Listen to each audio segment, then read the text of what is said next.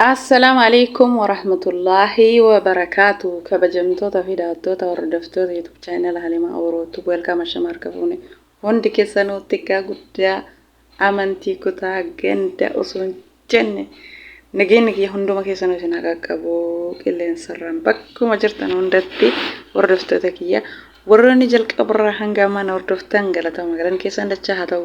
ammallee like share gochuun dagatinaa warroonni haarawaa taatan immoo seenaa subscribe like share godhaa welcome baga gama youtube channel kiyyaa nagaan dhuftanii isin simadhe isin jedhee jira warroonni haarawaa taatan akkuma asirraa argitan viidiyoon kiyya kaarraa waa'ee khayruuti khayruu namni hin beekne hin jiru yeroo dheeraa suudii keessa turte suudii keessa rakkachaa turte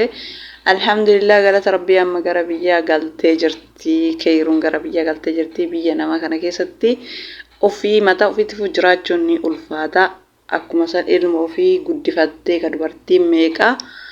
gattee biraa deemtu yookaan nama kennattee hin deebi'aafaa jetteetiin achumaan biraa baddu waa baay'ee argaa jirra jechuudha miidiyaa kanarraa ilma ofii garaa ofii ji'a 9 baattee dhalte obsitee guddifachuu dhabaa fi tuun badhetti gattii tuun namarra gattii tuun akkuma argite gooti jechuudha kanaaf isiin immoo maashaallah tabarakallah ilma ofii kana rakkatuu baattullee obsitee guddifatte biyya namaa kana keessatti bu'aa bahii hedduu argite amma alhamdulillah gara maatii isii galte inshallah rabbi sitti haa bal'isu baga nagayaan gama biyya keetii biyya abbaa keetii biyya haadha teetii galte siin jennaa khayruu intala arsii baga nagaan ilma keetii wajji gama biyya keetii galtee baga gammaddee waan fedhan illee ta'an biyya ofii galuutu caalaa biyya namaa keessa rakkaturra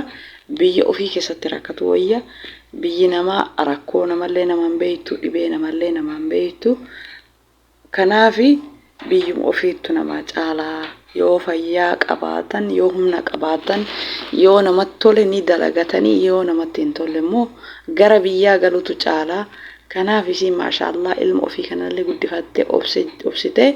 haga gaafa rabbiin muraada isii guutuu fi jireenya isii obsaan ilma ofii guddifataa duudatti baattee mana arabaa keessa gizee nu adda keenna dadhabnee duudi keenna nu cite jennee nu gizeen ofii fannutti isiin duuda dalagaan nama kutusan wajjin ilma baattee guddiftee obsitee ar'a gara biyya galte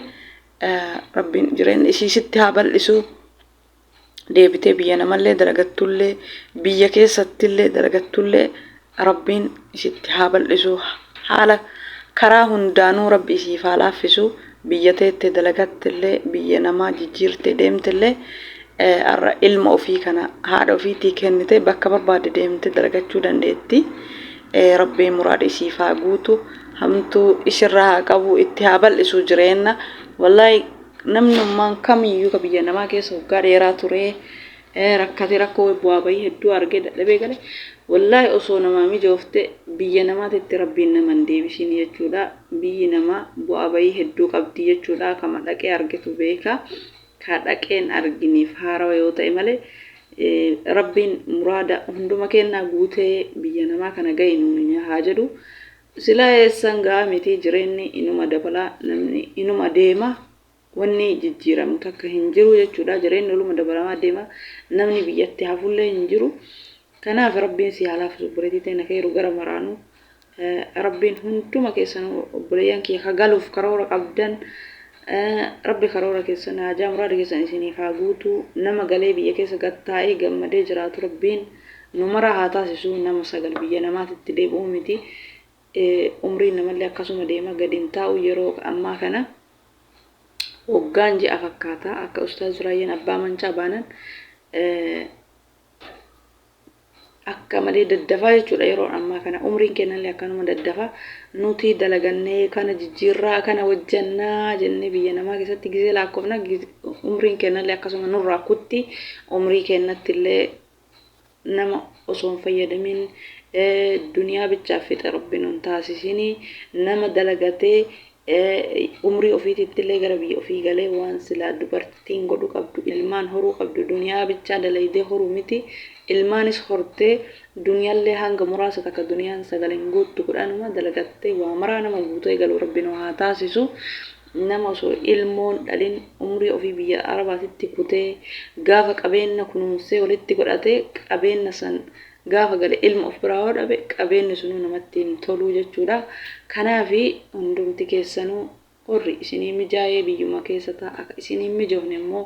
galaatii biyya laalatii haala biyyaa galaa deebi'aa malee biyya namaa hoggaa dheeraan taa'ina rabbi muraada isinii haa guutu. Kanaaf ani waa'ee Kayruutirraa kaasee baga rabbiin nagaan biyya isii galchee Suudii turtee Suudiirraa gara Itoophiyaa galtee jirti baga nagaan galtee rabbiin hunduma kennaa daddafitti muraada nuu guutee biyya namaa keessa rabbiin nu haa galchu. Namni biyya namaa hawwii qabu hin jiru rakkinnaafi malee biyyi namaa namaan taatu. Inshallah rabbiin biyya teenallee haa duroomsu banzil maddaa biyya namaatiin baasee biyya namaan ofii kana biyya keenallee haa baasu waan hunda caalaa ka dursu nagayaa fi fayyaa rabbiin nuun dhabinii yaa rabbi bakkuma jirru hundatti hunduma kennaa nagayaa fayyaa nuun dhabinii nageenya fayyaa yoo jiraate dalganne hojjechirree gara biyya keenyaa galla. Kanaafi hunduma keessanuu hordoftoota kiyyaa warroonni karoora galiinsaa qabdan rabbiin karoora keessan haajaa keessan walitti isiniif haa qabu. Rabbiin isiniif haa laaffisu amrii kulli walumaanuu nu haa laaffisu nuyi biyyoota namaa kana keessa jiru dubartiin hoggaa dheeraa biyya namaa yoo turtu hin toltu waggama 5 waggama 4 yoo dalayde malee hin toltu rabbiin nu haa laaffisu kan maal goona jireenyatu nu teessisa malee hawwii biyya namaati miti yoo namni biyya gale dalagaa waan hin jirreef inshallah rabbiin biyya teena duroomsee